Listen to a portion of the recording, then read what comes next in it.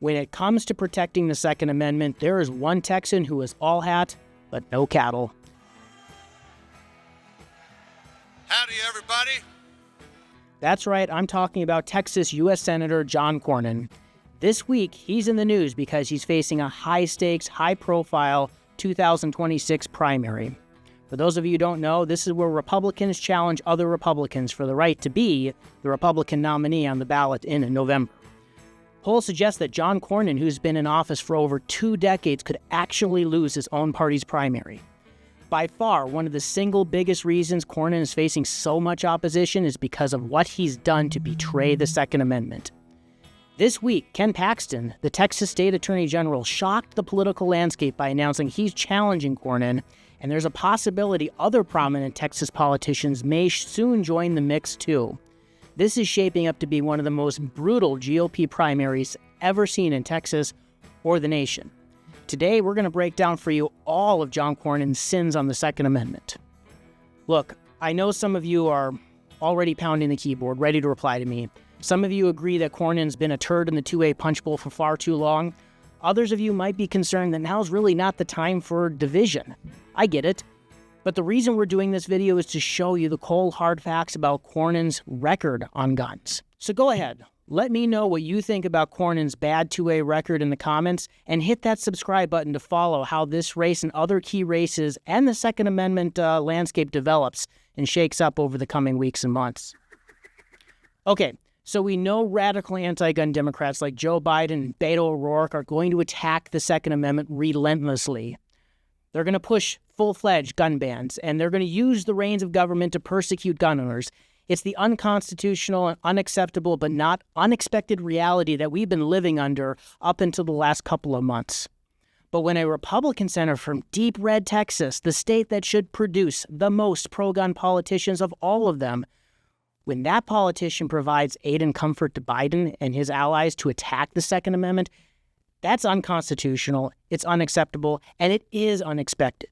For many years, John Cornyn served as the Republican whip of the U.S. Senate, a leadership role tasked with getting other Republicans to fall in line and vote for the party line. When it counted the most, John Cornyn used this power to stand with Joe Biden and the gun grabbers to shove radical gun control down the throats of Texas and Americans alike. Not once, but twice. In 2017, John Cornyn authored the FixNICS gun control deal to hurl millions of citizens onto the prohibited persons list with no due process. Today, there are about 33 million names and records on that NICS no-guns list, an increase of nearly 90% in just the few years since John Cornyn's bill took effect. Nearly 1 million Americans are added to this list every single year, and including 250,000 veterans who are already on that list. This mentality that if we only dump more names of people onto the no-guns list is deeply flawed. If you happen to support the unconstitutional background check system, there are actually already 2 other databases that are used that store real criminal convictions to run those background checks up against. This NICS list, however, is full of errors, inaccuracies, and bulk name dumps added without due process, sometimes with little more scrutiny than hearsay. Senator Cornyn sponsored this bill with Democrat support, and then he weaseled its way onto President Trump's desk during his first term, buried in a massive government spending bill in early 2018. Then in 2022, John Cornyn cut another deal with Democrat Senator Chris Murphy and Joe Biden to pass the worst gun control bill seen in 30 years. They called it the Bipartisan Savers Community Act. But that Cornyn-Biden gun control bill, it expanded background checks for military-age gun owners and young single mothers under 21.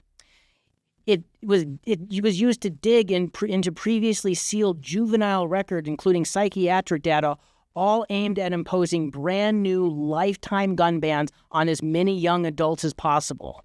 It also provided $1.4 billion to push gun control, $750 million of which was used for states to enact red flag-style gun confiscation laws. Texas alone, a state that allegedly has no red flag law and is actually working to ban them right now, has actually claimed over $12 million of this funding. One has got to wonder where that's going. It's all thanks to John Cornyn. But on June 25th, 2022, Joe Biden signed the Cornyn bill into law.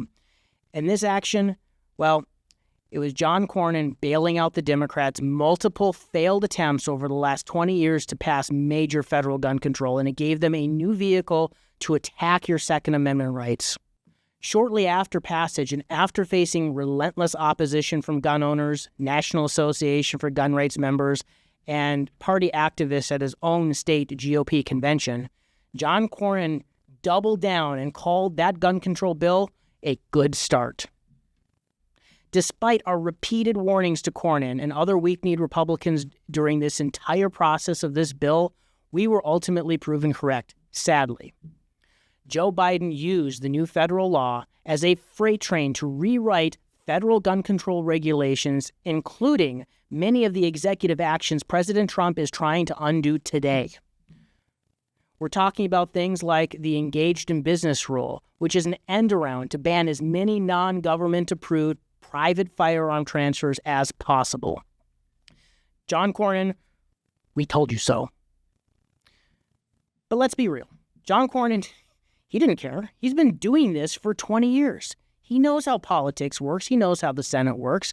And he knows that he knew that Joe Biden was going to do exactly this. Anytime you pass a federal gun control statute, it is a new tool for the administration to define and to impose on us. And that's exactly what Joe Biden did.